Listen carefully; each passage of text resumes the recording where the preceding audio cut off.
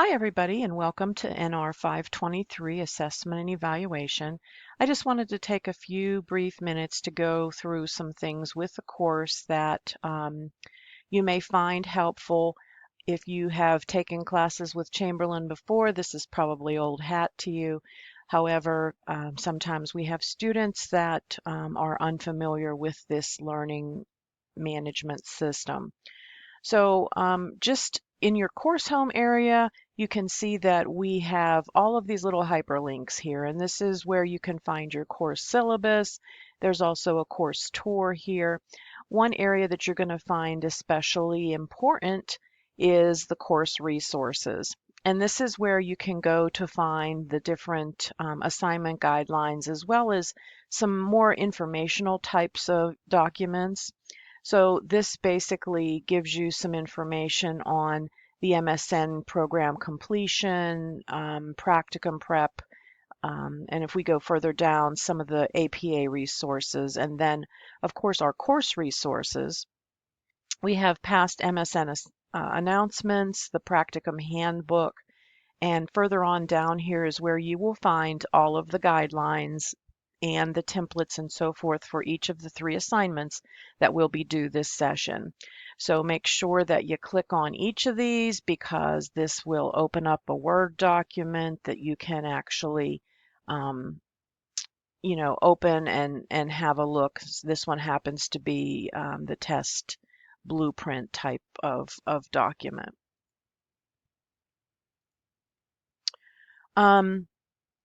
All assignments do go through Turnitin. Each of the drop boxes will be set up. The final assignment, though, keep in mind, because you're using a template, you will have a higher Turnitin score, and I am aware of that, so don't be alarmed, and everybody does get alarmed when they see that.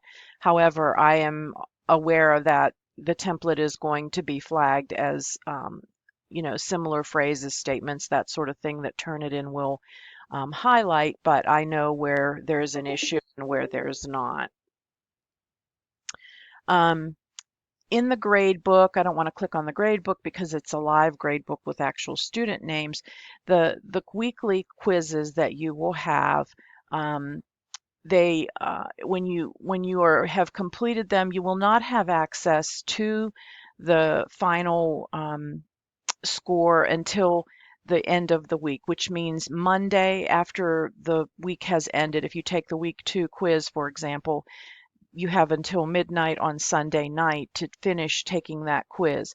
However, you will not be able to see where you went wrong until Monday. When you want to see the things that you missed and so forth.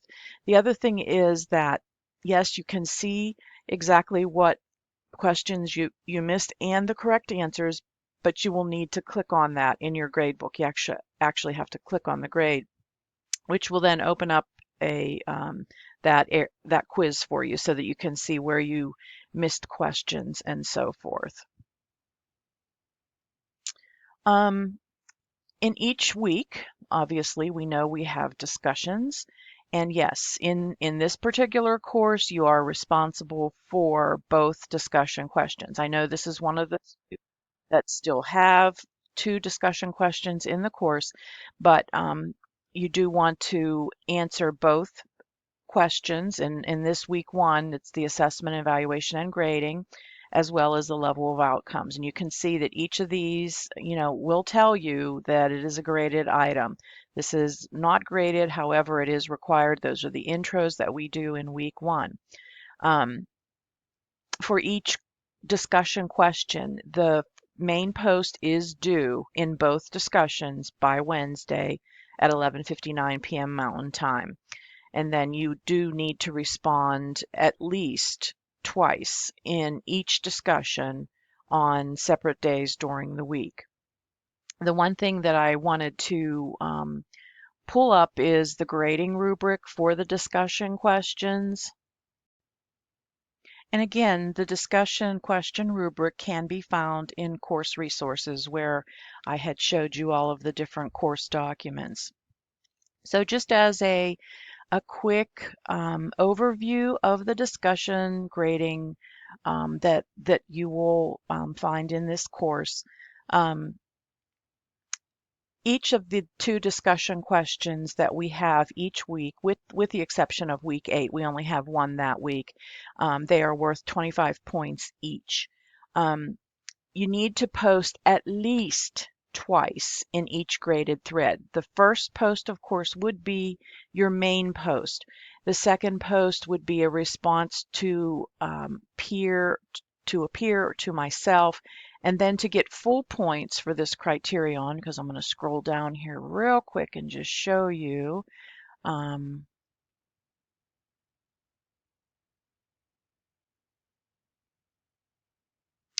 where that says for 4 points, you post a minimum of 2 times in each graded thread on separate days. But in order to get a full 5 points, you would need a minimum of 3 posts in each graded thread over 3 separate days. So I just wanted to clarify that because that seems to be an issue where students have some troubles. The other thing that I wanted to point out to you is that it's very important because students lose a lot of points in this area. First of all, the scholarly resources that you use. While it's fine to use the textbook should never ever be your sole resource for the discussions. The textbook is considered to be a secondary resource. And what I mean by that is that this is typically a compilation. When an author writes a textbook, it's a compilation of many different research articles. And of course, some of them are going to be older. There may be much more updated information. And the other thing behind that is that everybody should have the textbook. And so everybody has that resource. Whereas when you're searching out scholarly articles, and these come from the Chamberlain Library, CINAHL, Ovid, PubMed, Medline, one of those databases within the Chamberlain Library, that is where you need to be getting your resources from. So if you do decide that you want to use something from your textbook, that's fine.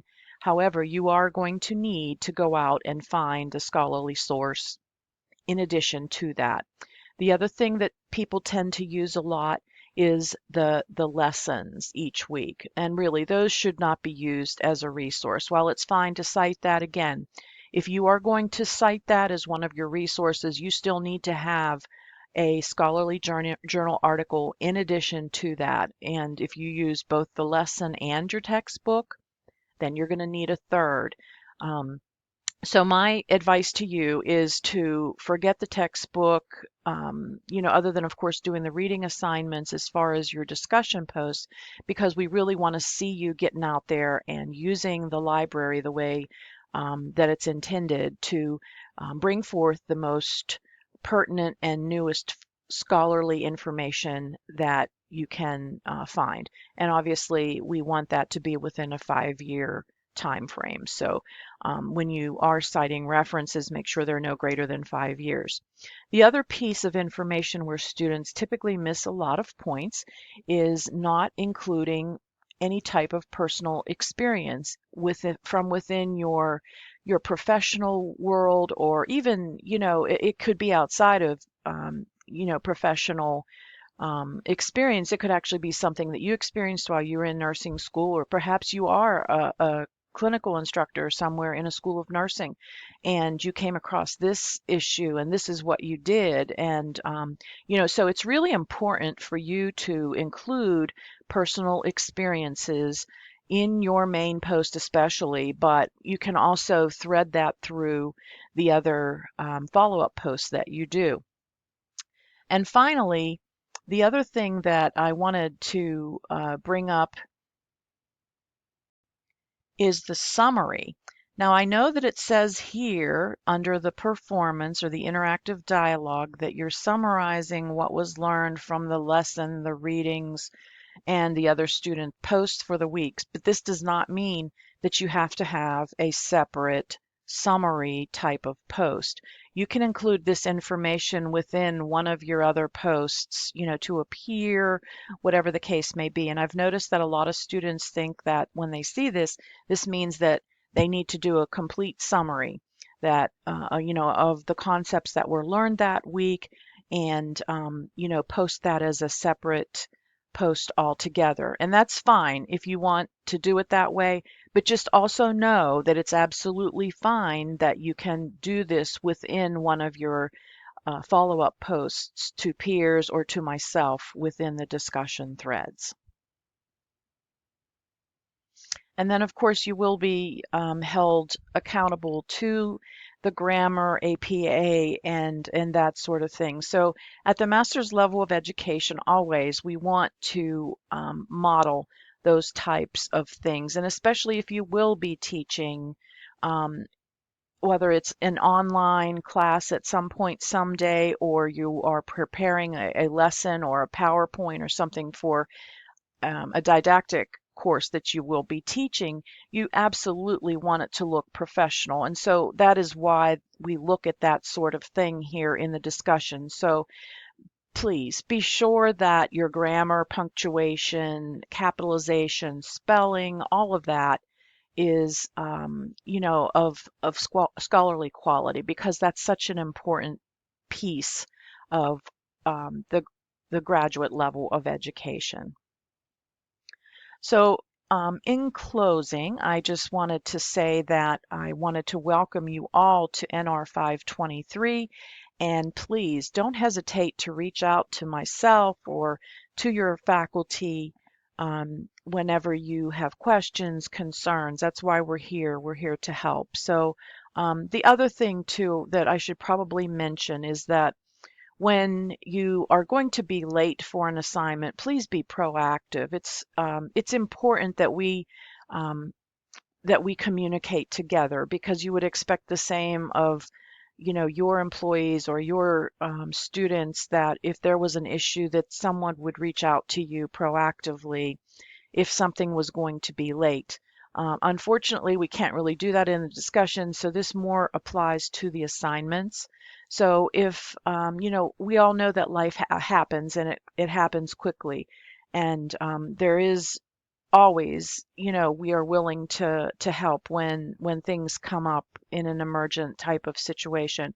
But if you tell me this after the fact, there's nothing I can do to help you, or to avoid any type of late penalty points. So what I'm saying is just be proactive, and